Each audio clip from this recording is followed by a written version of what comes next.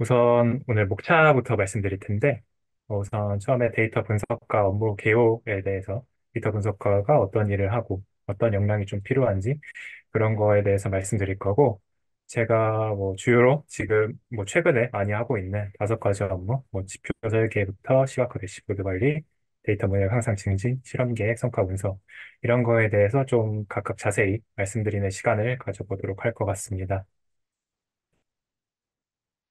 우선 제 소개를 하자면 저는 2021년 초에 취업을 하고 지금 4년 차, 뭐 연수로는 4년 차 데이터 분석가인데 이전에 인턴으로 이제 게임 대기업 그 당시에 3N이라 불리는 게임 대기업이랑 이제 신용평가사 이제 신용 등급을 평가해주는 그런 회사에서 인턴을 했고 어, 정규직으로는 이제 또 다른 3N, 그 인터넷 3N과 다른 또 다른 3N 기업에서 하다가 이제 한 작년 한 봄 정도에 이제 스타트업으로 이직을 해서 현재는 스타트업에서 데이터 분석가 업무를 맡고 있습니다.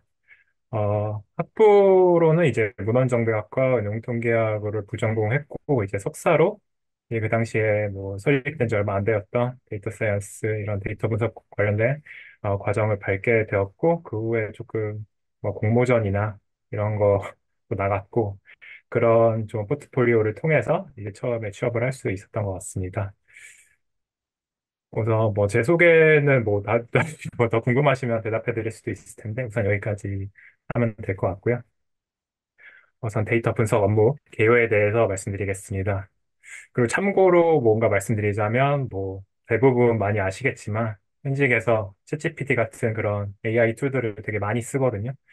사실 뭐 솔직히 말씀드리면 이 자료의 초안 뭐 전체 뭐 디테일한 내용이 아니라 초안 같은 경우는 제가 물어봐서 좀 짜기도 했고 그래가지고 좀 AI의 도움을 좀 받긴 했다. 그리고 실제 업무에서도 좀 많이 활용하고 있다. 이런 거 먼저 말씀드리고 싶고 여기에 있는 그런 디테일한 부분 외에 이런 전체적인 큼직큼직한 사항들은 좀 AI의 도움을 받았다고 말씀드리고 싶습니다. 데이터 분석가가 해야 하는 일이 다양한 데이터를 활용하여 비즈니스의 성과를 측정하고 인사이트를 도출한다.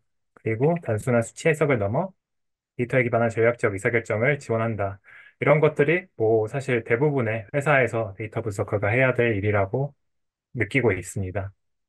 그를 위해서 필요한 역량이 우선 기술적 역량으로 이제 파이썬이나 R 등 데이터 분석에 사용되는 언어, 뭐 이외에도 뭐 다양한 언어, 뭐 자바스크립트나 C나 뭐 이런 거 알면 좋긴 하겠지만 우선 이것만 알아도 그 저희가 데이터 분석과 업무를 하는 데는 큰 문제 없을 것 같고 그리고 SQL이나 데이터베이스 관련 지식이 생각보다 뭐 되게 많이 필요하다고 느끼고 있습니다. 특히 SQL 같은 경우는 뭐 제가 뭐 이직 면접을 봐도 항상 SQL 테스트, 코딩 테스트처럼 SQL 테스트도 진행하고 있고 그렇기 때문에 이 데이터베이스에서 원하는 데이터를 뽑는 능력 이런 것들이 상당히 중요하다고 생각이 되고요. 그리고 당연하게도 뭐 통계 및 수학적 지식, 가사 설정이나 회귀 분석 같은 게 이제 데이터 분석에 꼭 필요한 그 약간 지식들이기 때문에 그런 기법을 이해하고 적용할 수 있는 능력이 꼭 필요한 것 같고 또 이제 추가적으로 머신러닝, 딥러닝에 대한 이해가 있으면 사실 생각보다 데이터 분석가, 뭐 AI 엔지니어가 아닌 데이터 분석가는 이런 걸 쓸 일이 그렇게 많지는 않다고 느끼고 있는데 그래도 써야 될 상황이 충분히 생기기 때문에 그런 알고리즘을 이해하고 잘 활용하는 능력 또한 중요하다고 생각됩니다. 또 이제 커뮤니케이션 능력도 중요한데 사실 진짜 뭐라고 해야지? 약간 데이터 분석가의 업무 자체가 그러니까 지원 업무가 많긴 하거든요. 약간 타 부서를 좀 협력해주고 전략적 의사결정을 지원한다고 돼 있듯이 좀 지원 업무가 많아서 좀 협업할 일도 많은데 그런 분석 결과를 유관부서에게 명확히 전달하고 다양한 부서와 이런 요구사항을 좀 수렴한 다음에 그걸 좀 적합한 해결책을 낼 수 있는 그런 능력도 상당히 중요하다고 생각이 듭니다. 또 마지막으로는 도메인 지식이 좀 필요할 것 같은데 저희가 하고 있는 업무에 대해서 그 업에 대해서 회사의 업에 대해서 좀 이해하고 있으면 확실히 도움이 되는 것 같고요. 제가 게임 대기업에 있을 때도 제가 게임을 상당히 좋아하거든요. 요즘도 게임을 많이 하고 있고 취미로 그런 도메인 지식이 상당히 도움이 되었고 지금 이런 컨텐츠 관련 스타트업에 있는데도 뭐 솔직히 게임에 비해서는 제가 도메인 지식이 딸려서 좀 뭔가 어려운 상황이 있을 때도 있는데 그래도 도메인 지식을 계속 알려고 노력하고 그러면 이제 데이터 분석을 하는데 상당히 도움이 된다고 느끼고 있습니다. 그리고 이제 데이터 분석가가 구체적으로 그래서 무슨 일을 하는가, 앞에서 설명드렸던 그런 전략적 분석을, 의사결정을 지원하기 위해 구체적으로 무슨 일을 하는가, 제 개인적인 사례입니다. 왜냐하면 제가 다른 데이터 분석과 뭐 친구들을 만난 지 오래돼가지고, 다른 회사에서는 뭐 다른 일들 할 수도 있겠지만, 제가 여태까지 3, 4년 일하면서 해온 업무들은 뭐 크게 보면 아래와 같은데, 뭐 제가 그 목차 때 말씀드렸던 그런 사항들인 것 같고요. 이 5가지는. 그리고 추가로 뭐 전반적인 EDA, 데이터에 대한 분석이나 아니면 데이터 마트를 설계한다거나 이 데이터 마트라는 게 이제 분석에 용이하도록 혹은 뭐 시각화에 용이하도록 데이터를 이제 원본 DB에서 추출해서 조금 보기 쉬운 그런 형태로 만드는 걸 데이터 마트라고 하는데 그런 거 설계도 옛날에 잠깐 했었고 그리고 데이터 추출 요청이 상당히 생각보다 많이 들어왔습니다. 요즘은 조금 저 뒤에 말씀드릴 임직원의 데이터 문해력 증진으로 인해서 조금 많이 해결되긴 했는데 과거 내 회사 대기업에 있을 때나 또 한 1년 전까지는 이런 타 부서분들이 좀 데이터를 보고 싶은데 어떻게 추출을 해야 될까요? 이런 요청들이 오면 좀 대응을 많이 했었고 그 외에도 뭐 다양한 일들이 있었던 것 같은데, 그거는 추후에 강의를 진행하면서 말씀드리도록 할 거고, 생각보다 다양한 일을 하고 있는 것 같습니다. 제가 뭔가 일을 할 때는 잘 못 느꼈는데, 이렇게 정리해보고 나니까 좀 다양한 일을 하고 있는 것 같더라고요. 그래서 우선 지표 설정부터 조금 자세히 디테일한 부분을 설명드리도록 하겠습니다.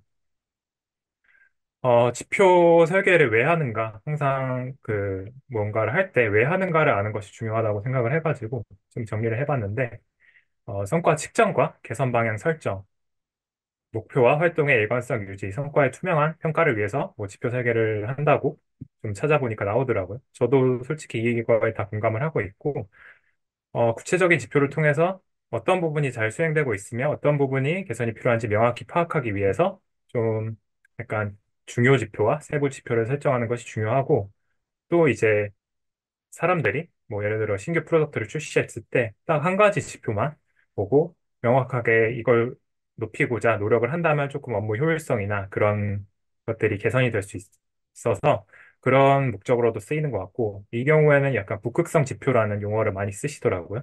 그래서 팀원들이 다 한 가지 지표만 보고 일에 몰입할 수 있도록 하는 있는 것 같고 또 이제 조직 관리가 오타를 썼는데 조직 내 성과 평가 시 주관적인 판단을 최소화하고 데이터에 기반한 평가를 가능하게 하기 위해서 예를 들어 뭐 이따가 말씀드린 성과 분석을 좀 투명하게 하기 위해서 그런 지표 설계를 한다고 느끼고 있습니다. 그래서 주로 신규 프로젝트 출시나 베이스 목표가 변경될 때마다 주요 지표를 새로 설정하거나 아니면 그 프로젝트가 좀 성숙히 접어들었을 때도 좀 세부적인 지표가 추가되어야 된다고 판단되면 좀 협의하에 세부 지표를 추가하거나 이런 식으로 좀 진행하고 있는 것 같습니다.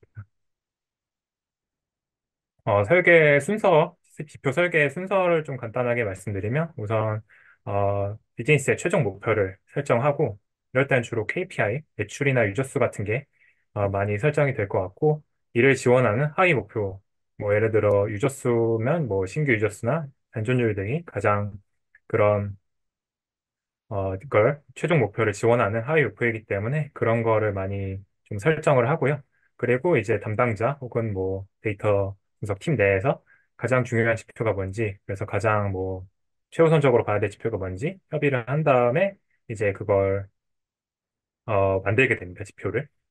설정된 목표와 관계성이 있는지 파악을 하고 그 다음에 이제 세그먼트를 반영해서 뭐 세그먼트도 얼마나 자세히 나눌 건지, 어떤 세그먼트를 중점적으로 볼 것인지, 이런 것도 설정을 한 다음에, 지표를 수집하게 되고, 지표 수집 과정은 사실 거의 다 SQL이나 아니면 BI 툴, 뭐, 유명한 태블로나 리래시나, 저희 같은 경우는 메타베이스 같은 툴들을 많이 쓰고 있고, 그런 걸 통해서 집계를 한 다음에, 대시보드나 자동화 알림, 뭐, 슬랙이나 그런 메신저로 보내도록 자동화 알림을 줄 수도 있고, 이런 식으로 최종 결과를 우선 공유하게 되는 것 같습니다.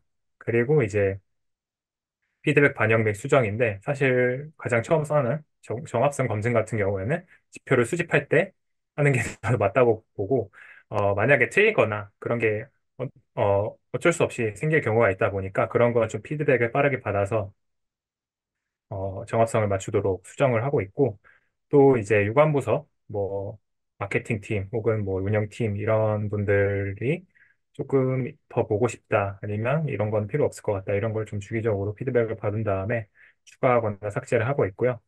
또 이제 보조 지표 약간 도메인에 따라 다른 그런 보조 지표를 설계해서 이 메인 지표와 같이 보여질 수 있도록 추가적으로 이제 메인 지표만으로 볼 수 없는 점들을 좀 식별한 다음에 보조 지표를 설계하는 그런 과정으로 계속 로테이션이 된다. 이런 식으로 보시면 될 것 같습니다. 그래서 주요 지표의 예시를 제가 뽑아왔는데, 우선 경제적 지표, 뭐 매출이 가장 중요하죠. 매출이 사실 회사에서 제일 중요하게 보는 지표인 것 같고, 다른 것보다 무엇보다 중요하게 보는 지표인 것 같고, 그걸 위해서 크게 뭐 ARPU, ARPPU, PU와 이런 것들을 보게 되는데, 약간 저도 데이터 분석가 회사에 들어오기 전에는 잘 접해보지 못했던 용어들인 것 같아서 설명을 드리자면, 이제 ARPU는 전체 유저당 결제 금액, 그러니까 전체 매출에서 전체 유저 수를 나눈 그런 값인 거고, ARPPU는 결제 유저당 결제 금액이라서 이제 저희 결제 금액에서 전체 매출에서 이제 결제 유저 수를 나누면 ARPPU가 된다. 이런 식으로 말씀드릴 수 있을 것 같고, 이제 결제 유저 비율은 여기 써 있는 식대로 이렇게 결제 유저의 비율이라고 보시면 될 것 같고요. 그 외에도 유저에 관련된 지표는 이제 신규 유저 수, 뭐 잔존율, 전환율 이런 것들을 보게 되는데, 전환율 같은 경우에는 이제 그냥 유저가 뭐 다양한 뭐 전환율 자체가 다양한 의미를 내포할 수 있겠지만 우선 여기서 제가 쓴 거는 신규 유저가 유료 결제 유저로 전환되는 비율 이런 거를 좀 말씀드리고 싶습니다. 그리고 제가 속해 있던 도메인별 세부 지표를 좀 써놨는데 우선 게임 같은 경우에는 우선 뭐 컨텐츠 클리어율이나 레벨 분포 같은 뭐 저희가 만들어 놓은 컨텐츠를 사람들이 많이 이용하고 있는가 또 뭐 경제적으로 뭐 경매장이나 뭐 이런 것들 뭐 아이템의 가격 인플레이션 이런 것도 볼 수 있긴 한데 그런 뭐 실제 경제와 같은 그런 지표도 만들어서 볼 수도 있고요. 또 컨텐츠 같은 경우에는 이제 팔로우 수 아니면 뭐 드라마 뭐 OTT 서비스라 치면은 그 드라마를 처음 보고 끝까지 완주를 했느냐 이런 것도 볼 수 있기 때문에 도메인에 따라 지표는 뭐 무궁무진하게 생길 수 있기 때문에 도메인이나 상황에 따라 그렇기 때문에 조금 그때그때 좀 요구사항이나 필요사항에 맞는 지표를 설계하는 능력이 필요하다고 생각됩니다. 제가 여기에 써놓은 거 말고도 다양한 지표들이 있을 텐데 그거는 뭔가 질문이나 이런 게 있으면 대답해 드리도록 하겠습니다. 또 계속 지표 얘기를 하는 것 같은데 이런 사실 지표를 만들 때 이 디멘션과 매트릭을 분리하고 설정하는 것이 좀 중요하거든요. 디멘션 그 차원이란 말은 뭐 저희가 그룹 바이, SQL로 치면 그룹 바이를 할 때 뭐로 그룹 바이를 할 거냐. 또 매트릭은 그 그룹 바이를 통해서 집계를 하는 그런 데이터들을 말하는 것으로 좀 이해하시면 될 것 같습니다.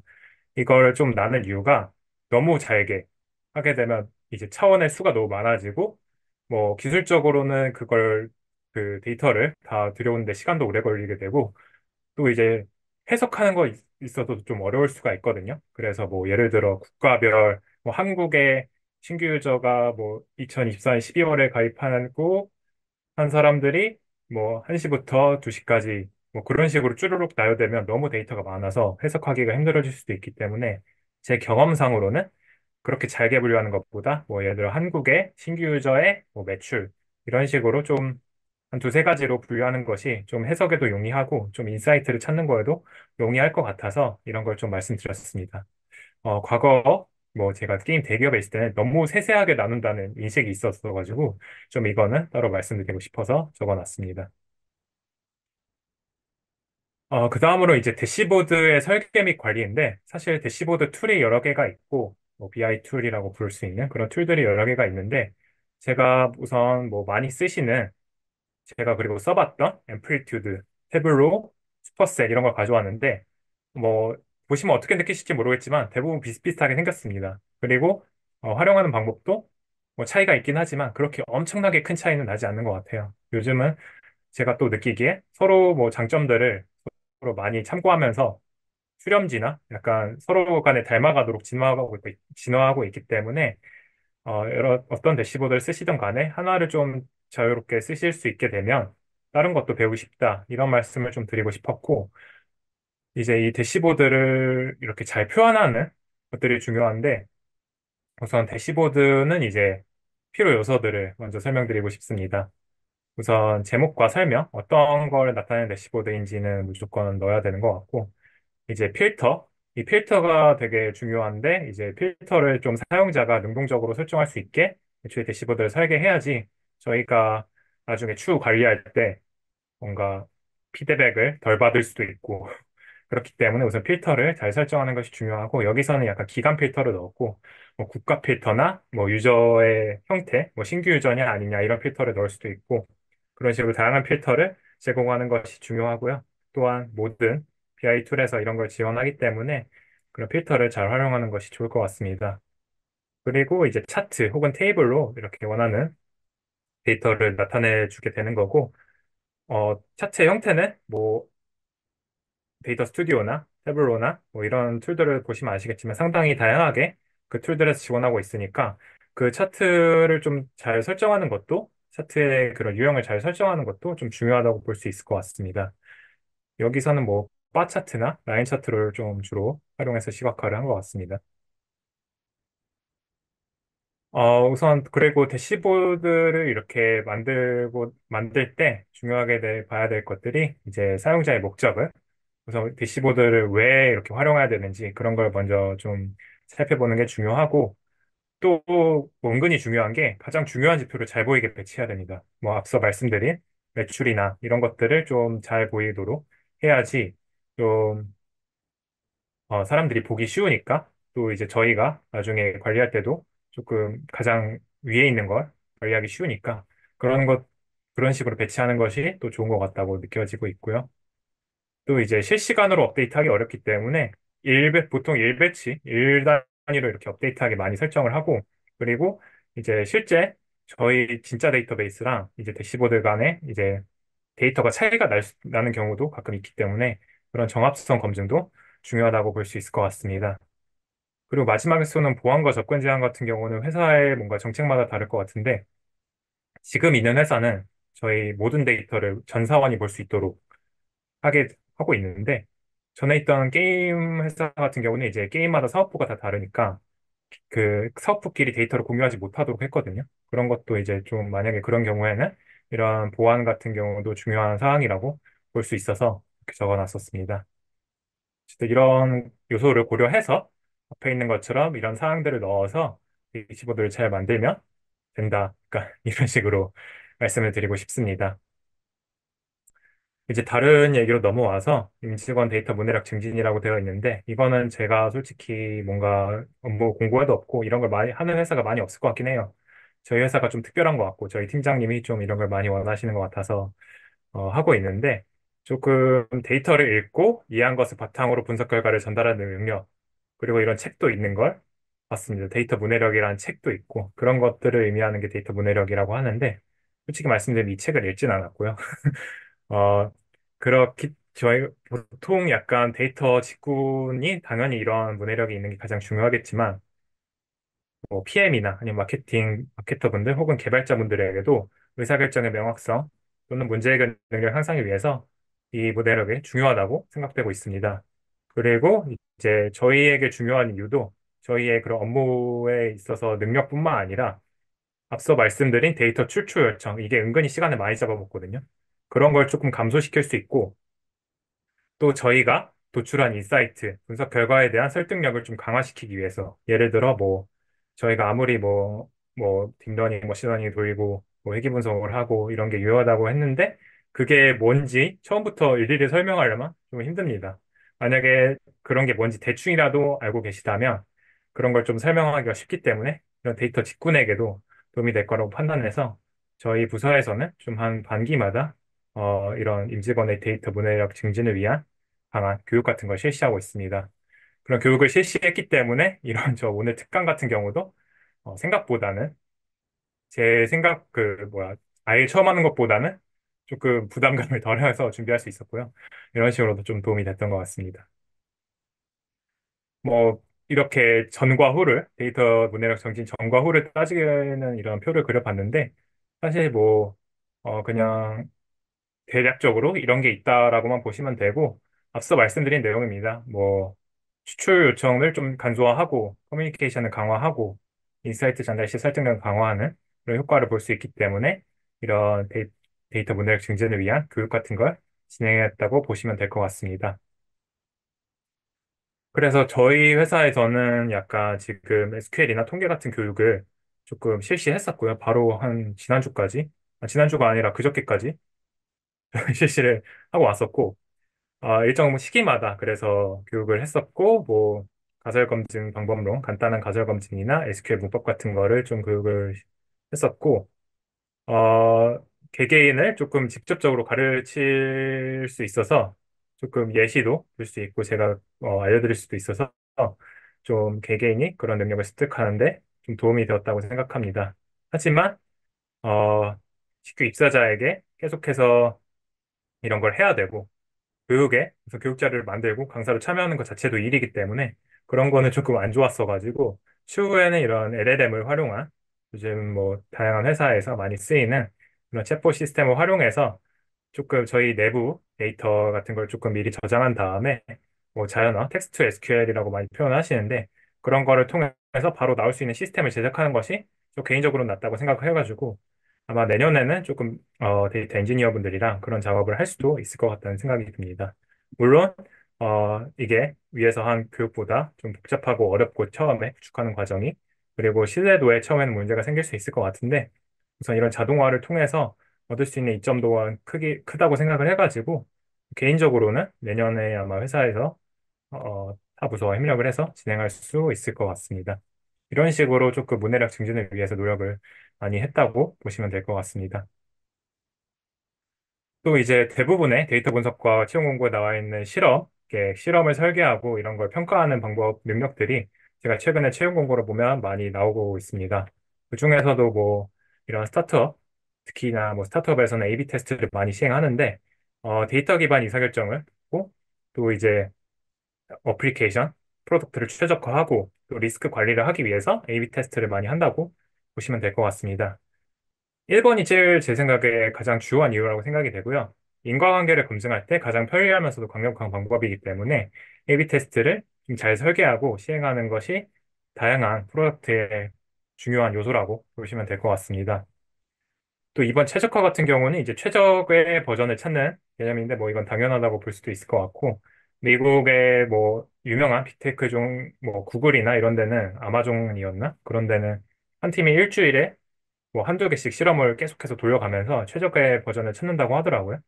그런 식으로 계속해서 최적화하는 것도 A/B 테스트의 이유 중 하나일 것 같고 또 리스크 관리는 제가 많이 보진 못했는데 예상치 못한 문제를 미리 발견해서 전체 유저에게 퍼지지 못하도록 하기 위해서도 실험을 하고 있다고 들었던 것 같습니다. 이런 실험 계획을 할 때 유의점을 제가 좀 정리를 해봤는데 명확한 가설이 필요합니다. 한 문장으로 끝나는 가설 같은 게 좀 필요할 것 같고 너무 복잡한 가설은 제가 나중에 해석하기도 어렵기 때문에 이렇게 한 문장으로 끝나는 가설 예를 들어 새로운 기능 A가 전환율을 증가시킬 것이다. 이런 식으로 뭔가 가설을 설정하는 것이 중요하다고 생각이 들고요. 오른쪽에 있는 사진, 위에 있는 사진을 보시게 되면 이게 아마 오바마 가장 뭐 A/B 테스트를 구글에 검색하게 되시면 많이 나오는 예시인 오바마의 대선 홈페이지인데 이렇게 바꿨더니 이렇게 하면 전환율이 증가시킬 것이다, 후원율이 증가시킬 것이다 이런 가설을 검증하기 위해서 이런 실험을 했었고 실제로 새로 바꾼 게 좋았기 때문에 그 안에 채택하는 형식으로 설계를 하는 게 서로서로 편하다고 생각이 듭니다. 또 샘플 크기 선정도 뭐 중요 고려 요소 중 하나인데 너무 많아도 안 되고 적어도 안 된다는 게 너무 적으면 당연히 안 되고 너무 많은 경우에는 이걸 수집하는 그런 비용이 들고 이제 통계적 위생이 가대 검출될 수 있다. 조금만 수치가 어긋나도 통계적으로 유의하다고 볼 수도 있다고 나오기 때문에 적절한 샘플 크기를 선정하는 것도 중요하다고 생각이 됩니다. 또 이제 뭐 이제 데이터 분석을 지망하시는 분들은 당연히 아시겠지만 균등하게 무작위 배정을 해야 이런 실험이 유효하다고 나오기 때문에 서로 간에 영향을 주거나 좀 편향이 발생하지 않도록 정말 무작위로 이런 실험군, 대조군을 나누는 것이 중요하다고 생각이 됩니다. 이런 것들을 좀 유의해서 실험을 설계하면 될 것 같습니다. 그래서 예시를 제가 인터넷에서 좀 찾아봤는데, 이 그린이라는 거는 제가 찾아보기로 폴란드에 있는 무슨 쇼핑 사이트인데, 이렇게 뭔가 지금 상황을 보시면 아래 각 물건의 총 금액을, 그러니까 각 물건의 총 금액을 보기 힘들고, 페이지 맨 아래에서 카트로 이동하기를 클릭해야 이렇게 구매를 할 수 있기 때문에 조금 전환율이 낮다고 이런 상황이 있어서 이제 장바구니 페이지를 좀 이렇게 바꾸면 그냥 좀 전환율이 올라갈 것이라는 가설 하에 오른쪽에 있는 것처럼 좀 바꿨더니 이렇게 올랐다. 이런 식으로 조금 하시는 게 실험군에 이렇게 하고 대조군은 원래 있던 것처럼 했을 때 실험군에서 효과가 있기 때문에 장바구니 페이지 방문 수를 증가시킬 수 있었다. 이런 식의 예시를 제가 들고 와봤고요. 또 다른 예시로 좀 제가 게임을 좋아해서 게임사의 예시를 갖고 왔는데 유비소프트라는 회사에서 포아너라는 게임의 구매 페이지에서 전환율이 낮았는데 이거를 약간 원래 구매 단계가 많았었는데 그 구매 단계를 한 가지로 간소화시키면 전환율이 올라갈 것이다는 가설 하에 실험군에서는 이렇게 구매에 관련된 옵션을 한 페이지에 다 때려 박았고 이제 결제하도록 유도했더니 전환율이 12% 포인트 올랐다. 이런 식으로 효과를 봐가지고 이제 그 실험군의 안에 채택하게 되는 그런 식으로 조금 가설을 좀 간단하게 설정한 다음에 무작위로 배정을 해서 이렇게 대표 매트릭을 검증하는 그런 식으로 좀 진행된다고 보시면 될 것 같습니다. 뭐 간단한 과정이고 뭐 복잡하게 하려면 ABC 테스트를 할 수도 있고 뭐 AA 테스트를 할 수도 있고 이렇게 하는데 이게 가장 보편적인 예시라서 좀 예시를 들고 와봤습니다. 시간이 좀 너무 어, 얼마 없는 것 같아서 좀 빠르게 진행하도록 할 텐데 우선 이제 마지막 챕터입니다. 성과 분석에 대해서 말씀을 드릴 텐데 성과 분석을 하는 이유 와, 어떨 때 하느냐, 이런 거에 대해서 좀 설명을 드리자면, 프로덕트 출시 이후 초기에 우리가 조금 잘 되고 있을까? 너무 초기에 망해버리면 또 안 되니까. 왜냐하면, 삽수가 노라면 바로 끄는 게 나으니까, 가성비적으로.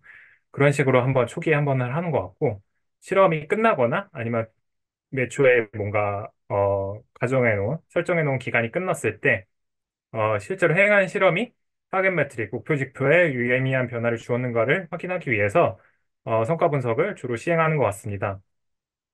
근데 제가 맨 아래 써놓은 부담이 되는 경우는 뭔가 개인적인 이런 심리 상태인데 만들어 놓으신 분들에게 조금 이거는 성과가 없었던 것 같은데요? 이렇게 말하는 게 좀 부담이 되는 경우가 있어서 좀 사족 같지만 좀 달아났고요. 그런 게 은근히 조금 스트레스가 될 때가 있거든요. 그런 것도 미리 말씀드리고 싶어서 넣어놨었습니다.